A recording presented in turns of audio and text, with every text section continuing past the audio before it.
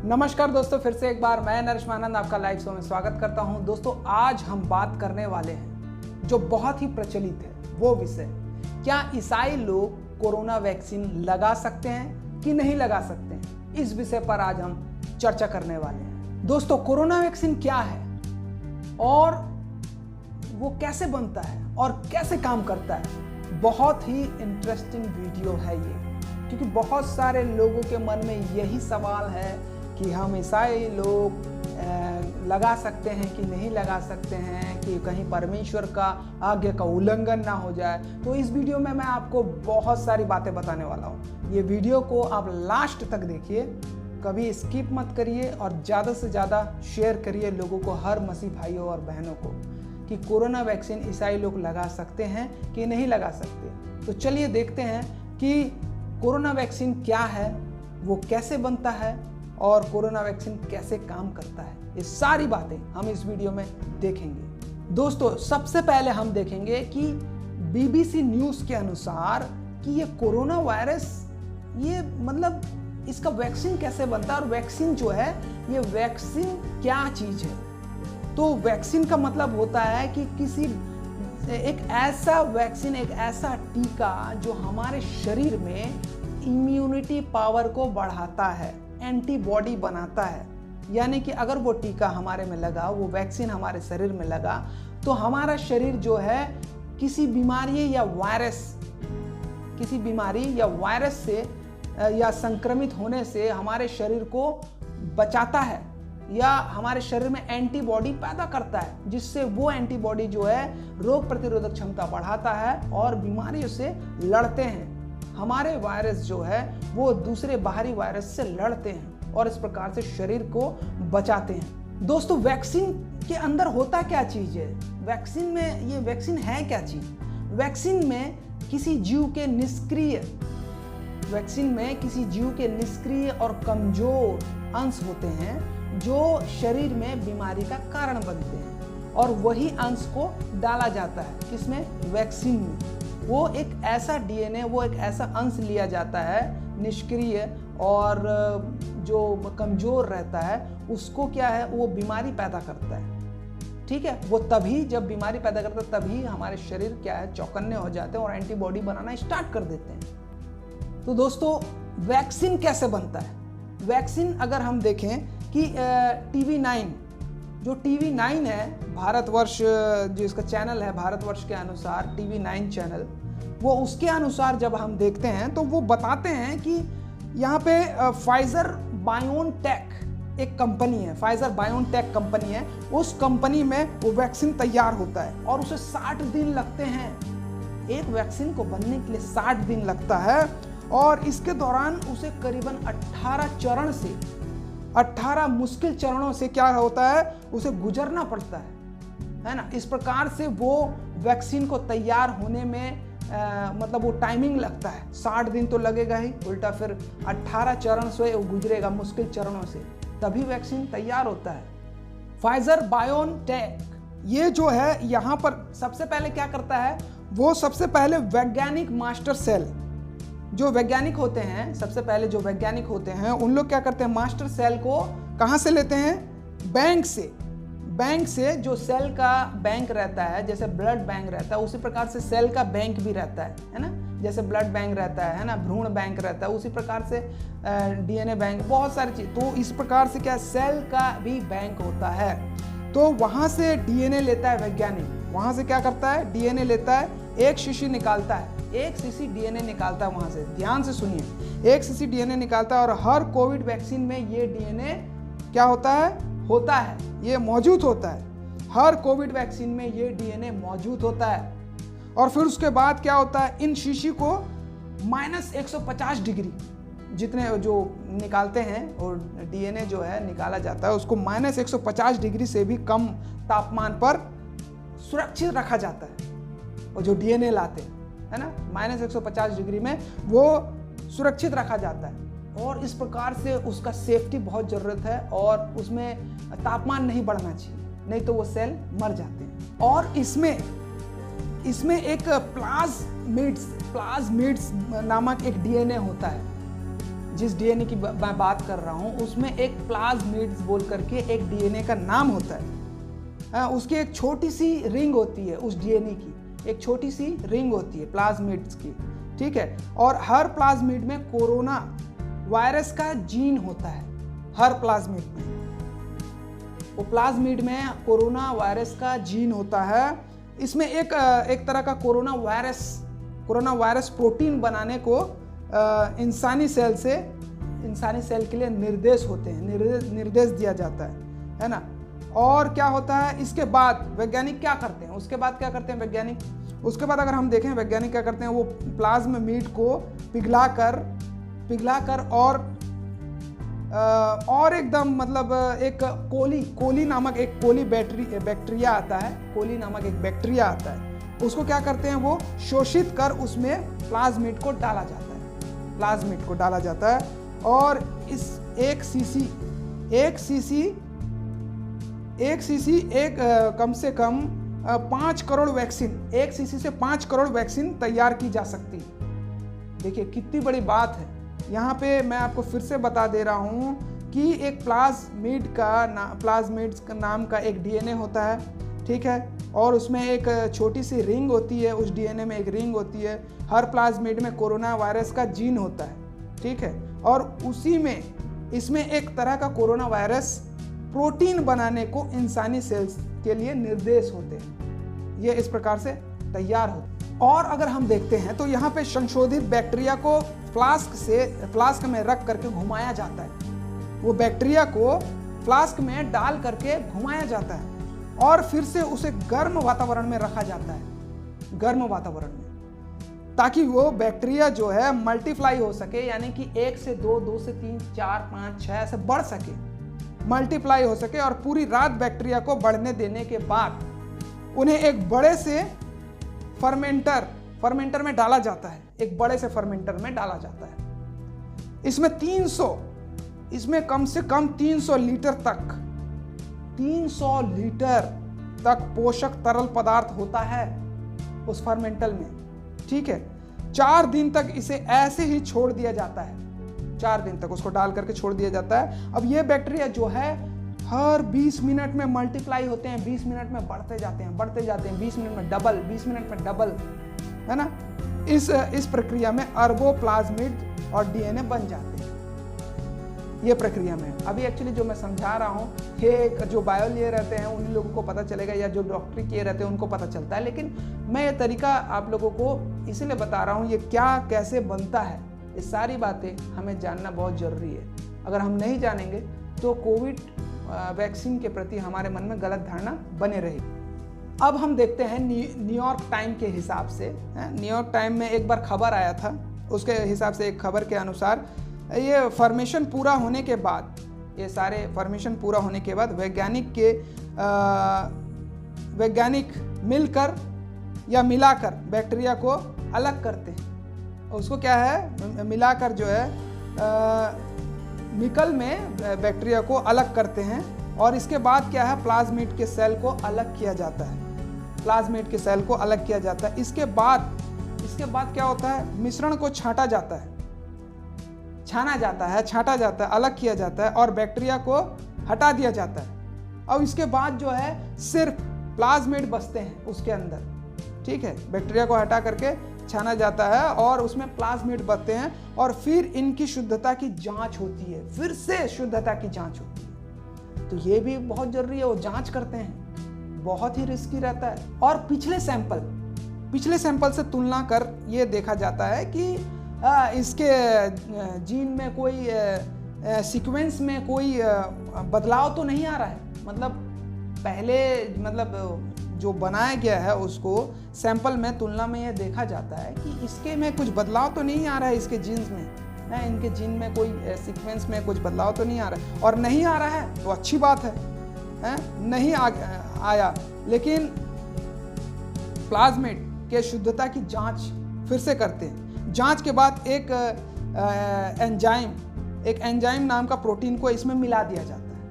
एक एंजाइम नाम का प्रोटीन को किस में मिलाया जाता है, प्लाज्मिड में, जो अलग किए रहते हैं बैक्टीरिया से, ठीक है। अब ये प्लाज्मिड को काट करके कोरोना वायरस जीन को यानी कि ये प्लाज्मिड्स को काटते हैं और काट करके कोरोना वायरस के जीन को अलग कर देते हैं उसमें से, उसी के अंदर जो था, जिसके हम शुरू में जिसको मैं बताया था आपको। अब इस प्रक्रिया को पूरा होने में 2 दिन लग जाते हैं। काट करके कैसे अलग करते हैं, कितने 2 दिन लग जाता है, यानी कि 24 से 48 घंटा। तो ये किस प्रकार से अलग किया जाता है, और फिर अलग करने के बाद जो है यहाँ बैक्टीरिया, बचे हुए बैक्टीरिया या प्लाज्मिड को अच्छे से फिल्टर, देखिए अच्छे से फिल्टर कर लिया जाता है ताकि उसमें फिर से कोई प्रॉब्लम ना आए, और जिससे 1 लीटर बोतल शुद्ध डीएनए मिलता है उसको।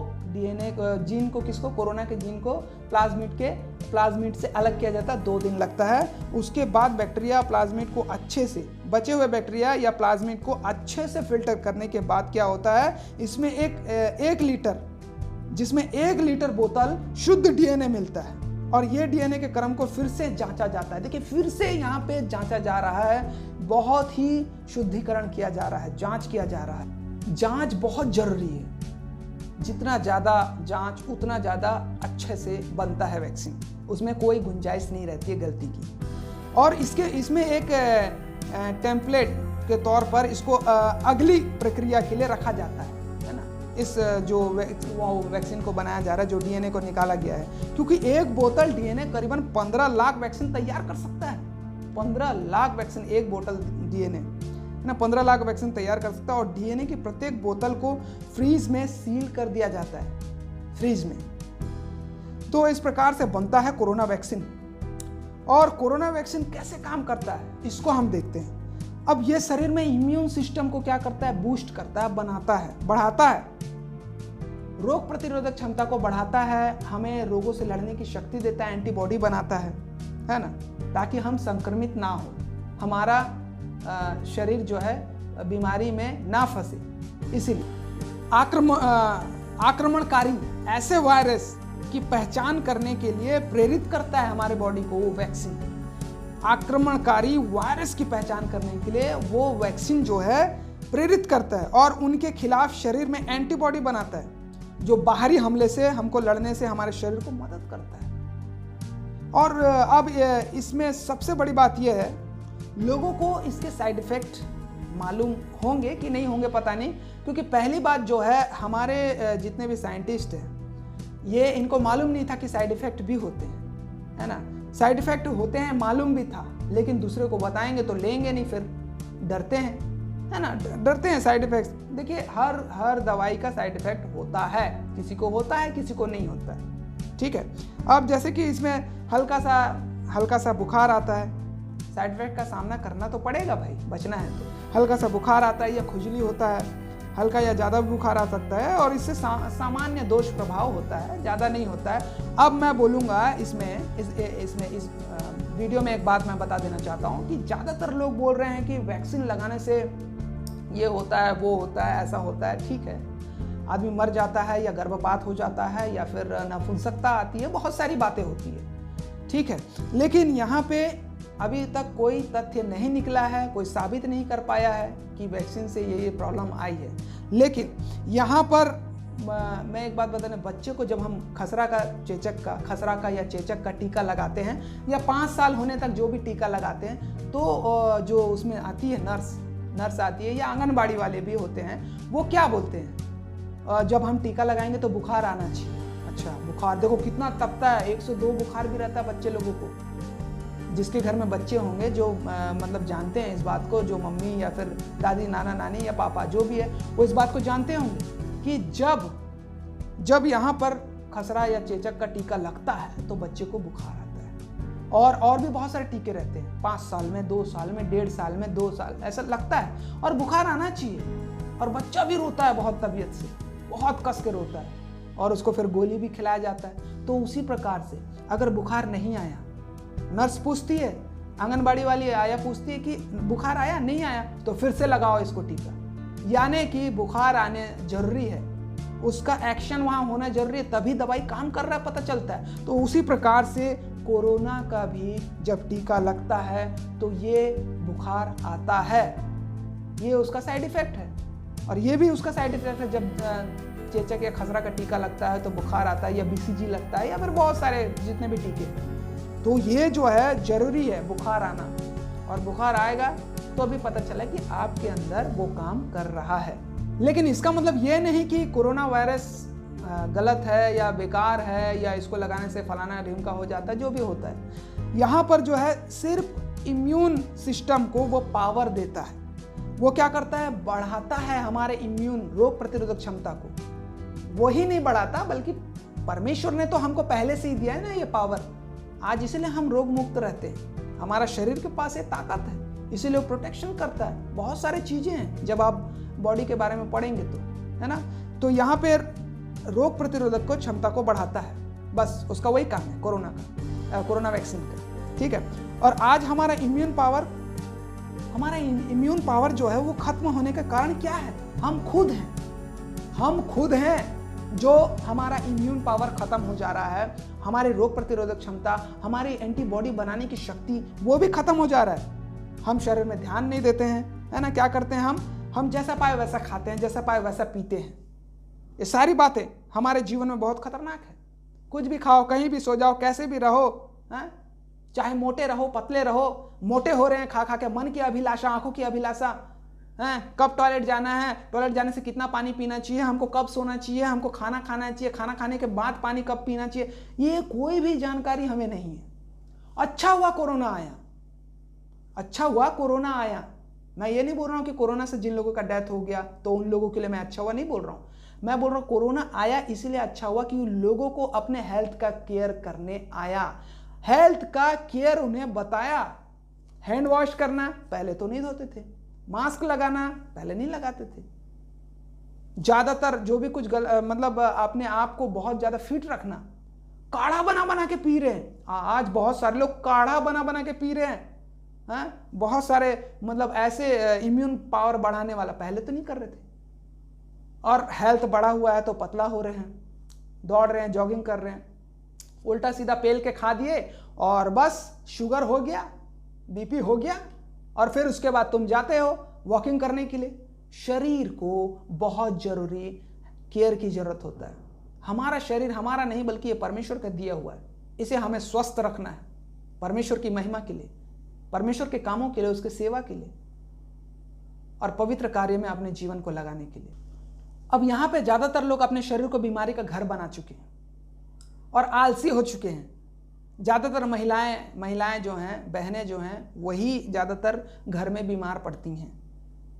पुरुष भागा दौड़ी करके तो बच जाता है, लेकिन महिलाएं जो हैं ज्यादा अत्यधिक मात्रा में हेल्थ बढ़ने की वजह से, वजन बढ़ने की वजह से उनको थायराइड और ग्लैंड में प्रॉब्लम आ जाता है, बहुत सारी समस्या होती हैं, और उनको आर्थराइड भी हो जाता है, हड्डियों में दर्द हो जाता है, उठना बैठना नहीं हो पाता है। अब बुजुर्ग हो जाते हैं तो फिर और तकलीफ। अपने शरीर को फिट रखिए, चिंता करिए।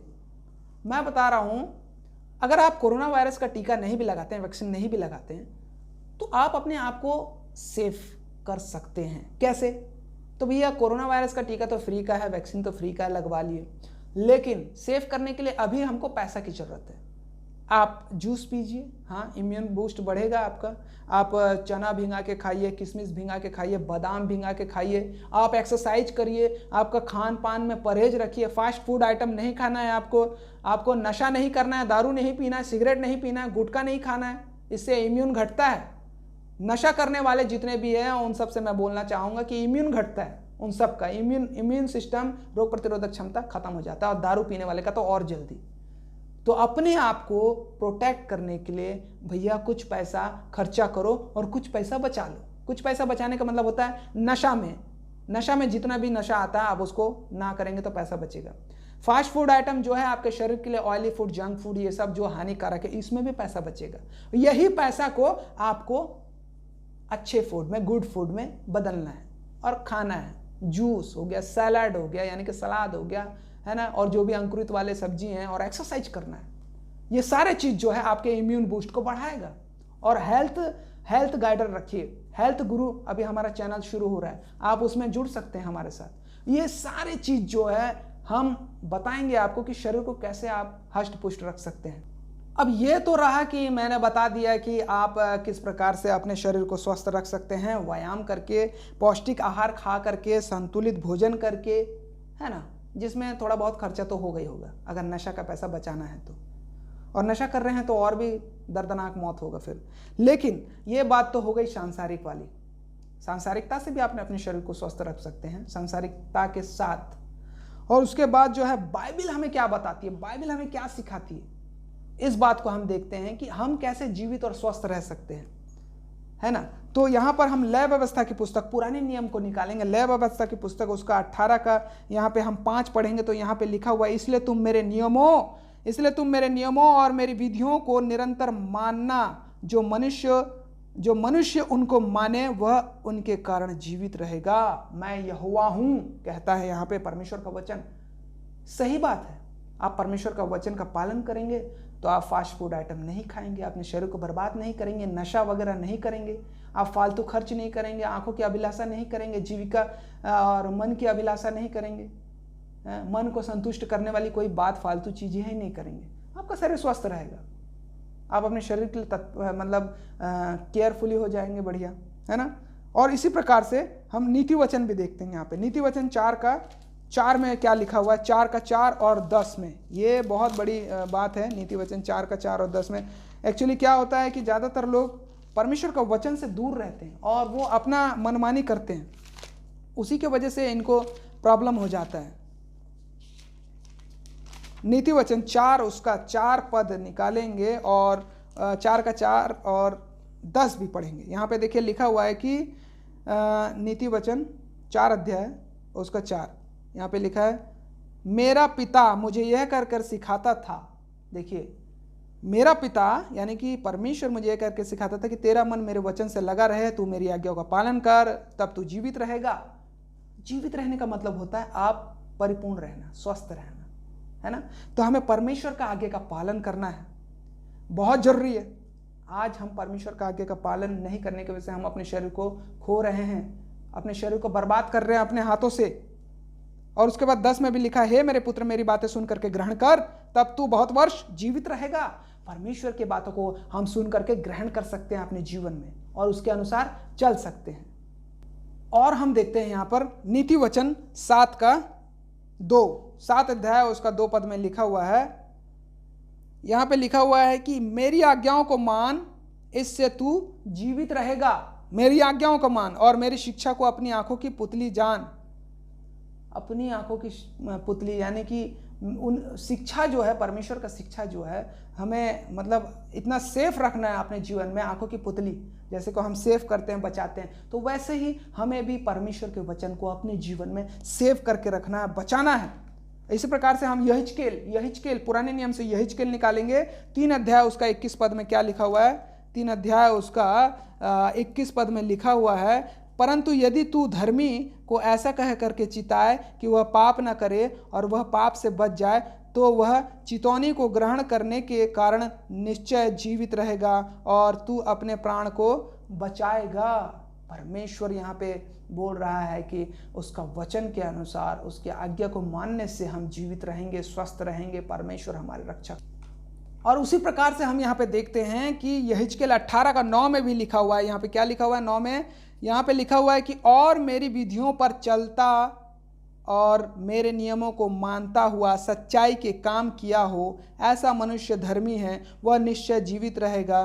प्रभु यहोवा की यही वाणी है। हमें परमेश्वर के वचन को मानना है, सीखना है।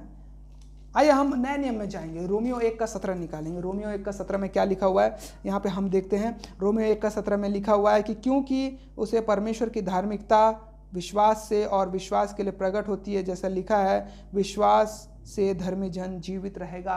हमें परमेश्वर के विश्वास में आगे बढ़ना है, हमें परमेश्वर के कार्यों को करने के लिए उसके वचनों को पढ़ना है, अपने जीवन में लागू करना है।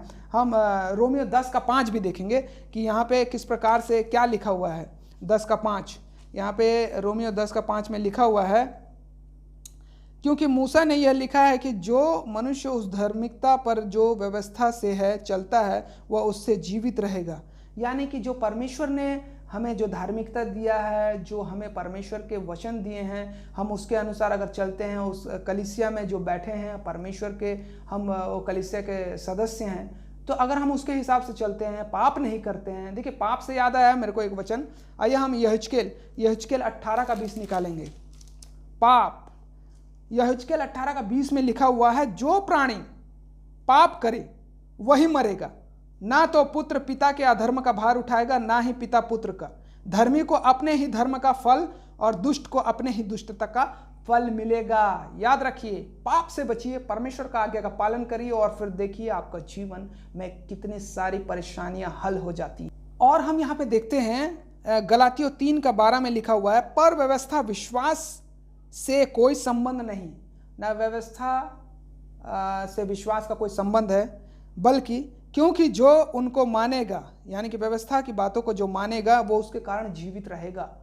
बहुत जरूरी है, अगर हमें जीवित रहना है, स्वस्थ रहना है, हमें बुद्धि चाहिए, ज्ञान चाहिए, किस प्रकार से हम अपने आप को प्रोटेक्ट कर सकते हैं एज अ फिजिकली और एज अ स्पिरिचुअली, दोनों तरीके से हम कैसे अपने आप को प्रोटेक्ट कर सकते हैं। ये सारी बातें जो है हमें परमेश्वर का वचन बताता है और उसी हिसाब से हमें चलना है।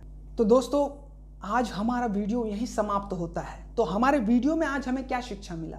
यही मिला कि हमें परमेश्वर का डर भय मानना है, हमें परमेश्वर का आज्ञा का पालन करना है, व्यर्थ भोजन वस्तुओं से दूर रहना है, पाप करने से दूर रहना है, मदिरा पान से दूर रहना है, ठीक है। और रही बात टीकाकरण की, अगर आपके पास पैसा है अपने शरीर को इम्यून बूस्ट बढ़ाने के लिए, इम्यून रोग प्रतिरोधक क्षमता बढ़ाने के लिए, व्यायाम करने के लिए, और अगर आप नशा मतलब छोड़ना चाहते हैं तो आप बिल्कुल टीका मत लगाइए।